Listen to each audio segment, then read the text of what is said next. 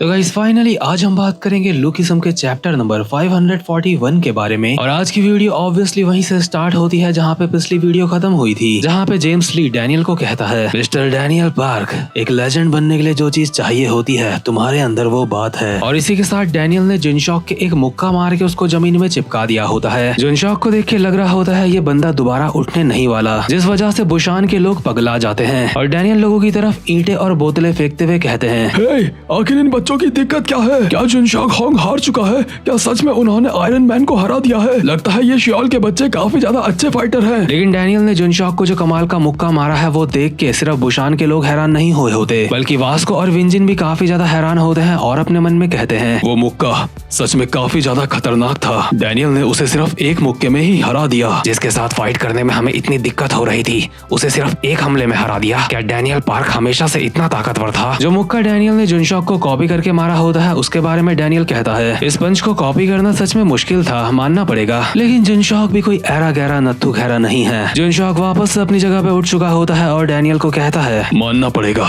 तू second generation का कोई ऐसा वैसा बंदा नहीं है। डैनियल कहता है, क्या तो उस मुक्के के बावजूद भी उड़ गया वापस से? हाँ, मुझे हराने के लिए उतना काफी नहीं है। ठीक है, अगला कौन है? जिनशॉक की ऐसी विल पावर देख के शैंग बेग एक स्माइल के साथ कहता है, ये बंदा जिनशॉक होंग है। ये बात मानते हुए मुझे बुरा लग रहा है, लेकिन तुम जैसे लोग इसे इतनी आसानी से नहीं हरा सकते। लेकिन जिनशॉक होंग उठने के बावजूद भी डैमेज की वजह से अपने घुटनों में आ चुका होता है और अपने मन में कहता है, मेरे पैर ठीक से काम नहीं कर रहे हैं। क्या मैंने अभी अभी अपने घुटने टेक दिए हैं इसके सामने? आज तक सिर्फ ऐसे दो ही लोग थे जिनके सामने मेरी पावर बेकार थी, बड़े भाई जिन रैंग और वो जेम्स ली। क्या इसका मतलब यह है कि ये बच्चा भी उनके लेवल का है? लेकिन चाहे कुछ भी हो मुझे दोबारा से उठना होगा, लेकिन मेरा शरीर मेरा साथ नहीं दे रहा है। जिनशॉक अभी काफी ज्यादा फ्रस्ट्रेट हो चुका होता है और शैंग बेग जिनशॉक को कवर अप करते हुए कहता है, लगता है जिनशॉक को अपनी शू लेसेस बांधनी है। कोई बात नहीं, एक फाइट के बीच में ऐसा होता रहता है, ये बात मैं समझ सकता हूँ। ठीक है शियोल के चूहो, जब तक वो अपनी शू लेसेस बांध रहा है तब तक क्यों ना मैं तुम सबको अच्छी तरीके से तोड़ दूं। तुम सारे के सारे मेरे ऊपर एक साथ हमला कर सकते हो। शैंग बेग के कहने पे ये तीनों बेशर्मों की तरह साथ में हमला कर भी देते हैं। ये तीनों जंप करके जैसे ही अभी हवा में होते हैं और शैंग बेग को बस मारने ही वाले होते हैं तो शैंग बेग अपने पैर से जमीन में पड़े पानी के छींटे इनके मुंह पे मार देता है, जिस वजह से इन तीनों का ध्यान हल्का सा डिस्ट्रैक्ट होता है। और इतना काफी होता है शैंग बेग के लिए इन तीनों के मुक्के बजाने के लिए। इन तीनों के साथ में जैसे ही मुक्के पड़े होते हैं तो विंजिन अभी संभला भी नहीं होता और शैंग बेग ने उसका सर पकड़ के अपना सर उसके मुंह ही मुंह पे बजा दिया होता है। इतने में ही डैनियल शैंग बेग के ऊपर एक हमला करता है, लेकिन शैंग बेग वहां से हट के जमीन से एक ईंट उठाता है और डैनियल के सर पे दे मारता है। मतलब ये बंदा सच में ऐसे फाइट कर रहा है जैसे रियल लाइफ में लोगों की होती है। इतने में ही वास्को पीछे से आता है शैंग बेग के एक मुक्का मारने के लिए, लेकिन शैंग बेग वास्को के मुंह पे एक बोतल घुमा के दे मारता है, जिससे वास्को थोड़ा सा पीछे की तरफ होता है, बट इसके बावजूद उसके एक और बोतल पड़ती है और बोतल फूट चुकी होती है। मतलब क्या ही बताऊं, इन तीनों का एक बंदे ने अकेले ही बहुत गंदा कुत्ता बना दिया है। विंजिन बेचारा अपनी जगह से उठने की कोशिश कर रहा होता है, लेकिन शैंग बेग अपने एक पैर से उसको रोक लेता है और फूटी हुई बोतल से उसकी छाती में घपा घप बजा देता है। वो तो विंजिन आखिरी में जैसे तैसे शैंग बेग का हाथ पकड़ लेता है, नहीं तो विंजिन को आज शोंगजी से मिलने से कोई नहीं रोक सकता था। विंजिन का चेहरा देख के साफ समझ आ रहा होता है कि वो काफी हैरान है, लेकिन डैनियल इतने में ही जिनशॉक का पंच दोबारा से कॉपी करके पीछे से मारता है शैंग बेग के ऊपर। लेकिन शैंग बेग जैसे ही पीछे डैनियल की तरफ घूमता है तो डैनियल ये देख के हैरान हो जाता है कि शैंग बेग के मुंह के अंदर फूटी हुई बोतल के काफी सारे हिस्से हैं। शैंग बेग का ये दर्दगी भरा चेहरा डैनियल लोगों को साफ बोल रहा होता है कि तुम लोगों की एक एक करके वाट लगाऊंगा। इसी के साथ शैंग बेग इन कांच के पीसेस को अपने मुंह से बिल्कुल ऐसे छोड़ता है जैसे गोलियां छोड़ रहा हो, और वो सारी की सारी जाके लगती है डैनियल के हाथ के ऊपर, जिससे वो अपने आप को बचा रहा होता है। इससे पहले कि डैनियल शैंग बेग के ऊपर कोई और अटैक मार पाता, शैंग बेग ने डैनियल के पेट में अपना अंगूठा घुसा दिया होता है जहाँ पे शैंग बेग ने पहले छेद करा था। डैनियल के पसीने छूट चुके होते हैं और शैंग बेग डैनियल को उठा के सीधा वास्को के ऊपर पटकता है। शियोल के बंदों को इस तरह से मार खाते देख बुशान के लोगों का सारा पैसा वसूल हो चुका होता है। सबके सब अभी शियोल के लोगों को अनसंड बोल रहे होते हैं और शैंग बेग की तारीफ कर रहे होते हैं, क्योंकि उन सबको शैंग बेग से यही उम्मीद थी। वैसे भी बुशान के लोगों के हिसाब से इन शियोल के लोगों की यहाँ पे कोई औकात नहीं है। तो खैर, जहाँ पे शैंग बेग के नारे चल रहे होते हैं, वहीं पे डैनियल, वास्को, विंजिन जमीन में पड़े होते हैं, यानी कि ठंडे हो चुके हैं तीनों। इनको निपटाने के बाद शैंग बेग यहाँ से जाते हुए कहता है, मैं सोच रहा था तुम्हें हल्के में लूंगा, लेकिन तुम्हारे साथ काफी मजा आया बच्चों। ठीक है, इन लोगों को उठा के फेंक दो यहाँ से। लेकिन शैंग बेग को यहाँ से जाते जाते विंजिन की आवाज सुनाई देती है। देखा, मैंने कहा था ना, मुझे अकेले फाइट करने दो। तुम दोनों जबरदस्ती बीच में कूद गए।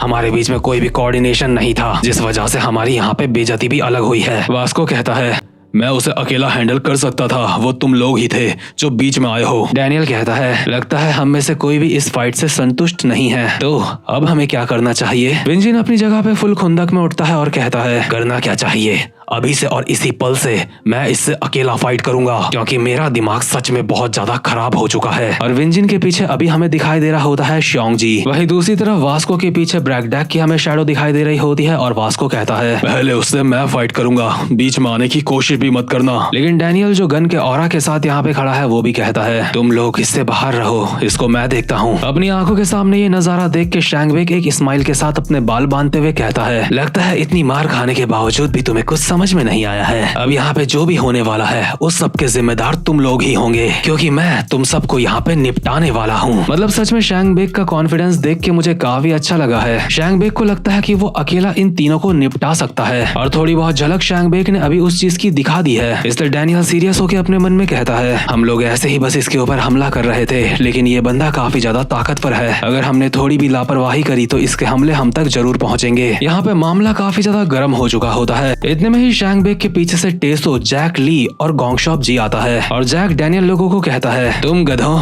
मैं सोच रहा था आखिर तुम लोग क्या करने की कोशिश कर रहे हो? तुम तीनों ने एक साथ इसके ऊपर हमला करा, उसके बावजूद भी इसने तुम्हारी वाट लगा दी। तुम लोग बोल रहे थे ना कि हमें जिनरैंग को जल्दी से जल्दी ढूंढना होगा। अगर ऐसी बात है तो सबसे पहले हमें इस बंदे को फाइट में हराना होगा। मुझे लगता है हमें फर्स्ट जनरेशन को फर्स्ट जनरेशन के लिए छोड़ देना चाहिए। हडसन अहान इस वक्त होटल में है, मुझे यहाँ पे आने में देर हो गई क्योंकि मैं हडसन अहान को वहाँ पे छोड़ने गया था। टेसो कहता है, शैंग वेग, इस बंदे को मैं हैंडल करता हूँ। गोंगशॉप कहता है, अपने सीधे हाथ के साथ तू क्या ही कर लेगा, यहाँ से साइड हो जा, इसको मैं देखता हूँ। एक तरीके से शैंग वेग डिसएडवांटेज पे चल रहा होता है, इसलिए डैनियल उसको कहता है, सिचुएशन काफी ज्यादा अलग हो चुकी है, क्या तू अकेला 6 बंदों को हरा सकता है? हम यहाँ पे जिनरैंग के लिए आए हैं, अगर जिनरैंग हमें मिल जाता है तो हम तुझे छोड़ देंगे, इसलिए अपने घमंड को छोड़ के चुपचाप से हमारे सामने हार मान ले। विंजिन शैंग वेग को कहता है, क्या हुआ, अब नहीं बोलेगा सबको एक साथ हमला करने के लिए? लेकिन शैंग वेग अब भी फुल चौड़ में होता है और कहता है, फाइनली तुम सारे के सारे यहाँ पे मौजूद हो, इसका मतलब ये वक्त है बदला लेने का। डैनियल, जैक, वास्को इन सबको लग रहा होता है कि इसका दिमाग खराब हो चुका है, शायद इसकी बहुत ही गंदी टूटने वाली है, इसलिए ये पगला चुका है। लेकिन इतने में ही डैनियल लोगों को यहाँ पे काफी सारी कार्स की आवाज आती है आते हुए। दरअसल इसी तरफ कोरिया की टॉप कंपनीज में से एक कंपनी इधर आ रही होती है, और उस कंपनी की शुरुआत बुसान से ही हुई थी, और वो कंपनी एच ग्रुप के लेवल की कंपनी है, यानी कि जे होंग के लेवल की। और ये जो कंपनी होती है इसका नाम होता है एल ग्रुप। एल ग्रुप का चेयरमैन खुद पर्सनली यहाँ पे आया होता है, जिसका नाम होता है नाकचुन ली। और ये बंदा अपनी कार के अंदर बोल रहा होता है, लगता है मैं सबसे पहले यहाँ पे पहुंचा हूँ, चीजें जल्दी ही काफी ज्यादा दिलचस्प होने वाली हैं, इसलिए अपनी अपनी सीटें ढूंढ लो। मतलब ये बंदा एज अ ऑडियंस यहाँ पे आया होता है फाइट देखने के लिए, और इतनी बड़ी कंपनी का मालिक फाइट देखने के लिए आ रहा है यहाँ पे, इसका मतलब यहाँ पे तगड़ी फाइट होने वाली है। इतने में ही हम देखते हैं आसमान में 5-6 हेलीकॉप्टर्स भी आ चुके होते हैं, और इन हेलीकॉप्टर्स में जो एक मेन बंदा होता है वो होता है बुशान का मेयर। मेयर का नाम होता है युंग वैंग डो, जो कि यहाँ पे आते ही कहता है, लगता है चेयरमैन यहाँ पे पहले ही पहुंच चुके हैं, अगर हमें चीजों का अच्छा नजारा चाहिए तो हमें पहले ही अपनी सीट्स बुक कर लेनी चाहिए। और बात अभी यहीं पे खत्म नहीं हुई होती, अभी समुद्र की तरफ से भी काफी सारी बोट्स इसी तरफ आ रही होती हैं, और ये जो बोट्स में जो खास मेन बंदा आ रहा होता है वो भी एक बहुत ही जाना माना बंदा होता है, जिसका बुशान में काफी ज्यादा नाम है। इस बंदे का नाम होता है कैप्टन पार्क जिन नैम। ये बंदा यहाँ पे आते ही कहता है, क्या चेयरमैन और मेयर यहाँ पे पहले ही पहुंच चुके हैं? लगता है जो यहाँ पे होने वाला है उसकी खबर पहले ही लीक हो गई थी। मतलब कि कोई भी चीज यहाँ पे अब बची नहीं है, समुद्र, जमीन, हवा, इन तीनों ही जगहों से बिग शॉट्स यहाँ पे पहुंच चुके हैं। इसलिए बुशान के लोग तो ये सब कुछ देख के हैरान ही होते हैं, साथ में डैनियल लोग भी हैरान होते हैं। विंजिन कहता है,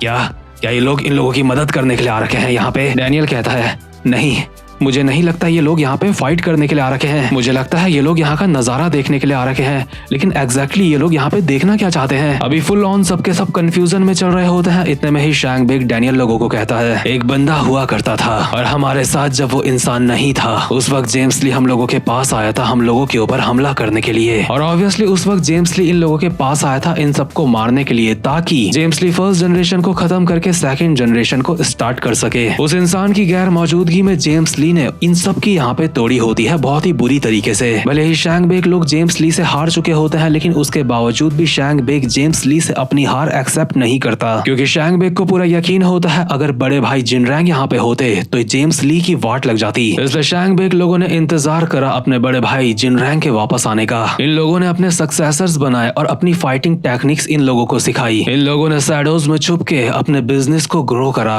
और इतनी सारी तैयारी ये लोग सिर्फ एक चीज के लिए कर रहे थे, सिर्फ अपने किंग जिनरैंग के स्वागत के लिए। और फाइनली वो दिन अब आ चुका है, क्योंकि द किंग ऑफ बुशान वापस आ चुका है। इसलिए शैंग बेक कहता है आज तुम सारे कुत्तों को हम फाड़ के मार डालेंगे, क्योंकि द वुल्फ इज कमिंग। और अभी हम देखते हैं वुल्फ यानी कि जिनरैंग एक काफी ज्यादा ऊंची जगह पे बैठ रखा होता है। भले ही जिनरैंग की एंट्री यहाँ पे बहुत ही जबरदस्त हुई है, लेकिन जिनरैंग एक जगह पे बैठ के लाल वाला लेज और साथ में कुछ पी रहा होता है, मतलब रखा हुआ होता है उसने साइड में। मतलब अपना भाई फुल चिल मोड में है, उसे ज्यादा किसी चीज की परवाह नहीं है। साथ ही साथ में शैंग बेक अब भी डैनियल को बोल रहा होता है आज होगी ओपनिंग सेरेमनी। जेम्स ली के कुत्तों को आज हम फाड़ फाड़ के उनके छोटे छोटे टुकड़े कर देंगे और आज से ही जेम्स ली की उल्टी गिनतियां शुरू होती हैं। जिनरैंग भी अभी जमीन में आ चुका होता है और जिनरैंग को देख के बुशान के लोग पागल हो चुके होते हैं। सबके अंदर जबरदस्त जोश आ जाता है और अगल बगल बहुत ही खतरनाक तरीके से होटिंग्स चल रही होती हैं। ये सारे लोग चिल्ला के जिनरैंग को देख के कहते हैं फाइनली जिनरैंग आ गया,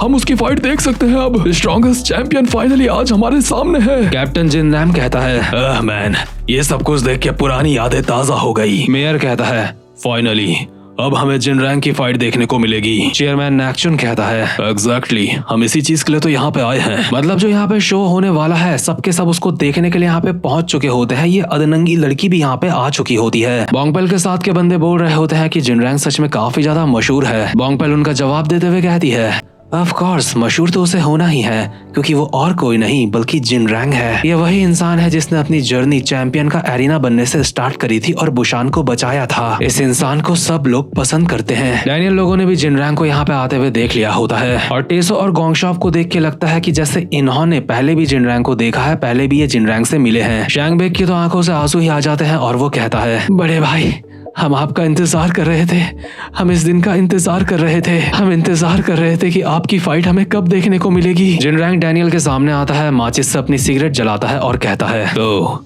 तू ही है डैनियल पार्क, तू ही वो है जो एरिना का नया चैंपियन है। लेकिन बुशान में ऐसा नहीं हो सकता, कोई भी श्योल का बंदा बुशान का चैंपियन नहीं बन सकता। डैनियल पार्क पुराना चैंपियन होने के नाते मैं तुझे चैलेंज करता हूँ। और इसी के साथ ये वाला चैप्टर यहीं पे खत्म होता है। तो गाइस उम्मीद करता हूँ कि आपको आज की वीडियो भी अच्छी लगी हो। और यार वीडियो को लाइक करे बिना बिल्कुल भी मत जाना, क्योंकि आपको भी अच्छी तरीके से पता है जिस तरीके की एक्सप्लेनेशन आपको मेरे चैनल पे मिलेगी वो आपको और कहीं नहीं मिलेगी। इसलिए अपने भाई को ज्यादा से ज्यादा सपोर्ट करो ताकि इसी तरीके से मेरे चैनल पे एनिमेज मानवास ये सारी की सारी चीजें एक्सप्लेन होती रहें। अब मैं मिलता हूँ आपसे अपनी नेक्स्ट वीडियो में, तब तक के लिए गुड बाय।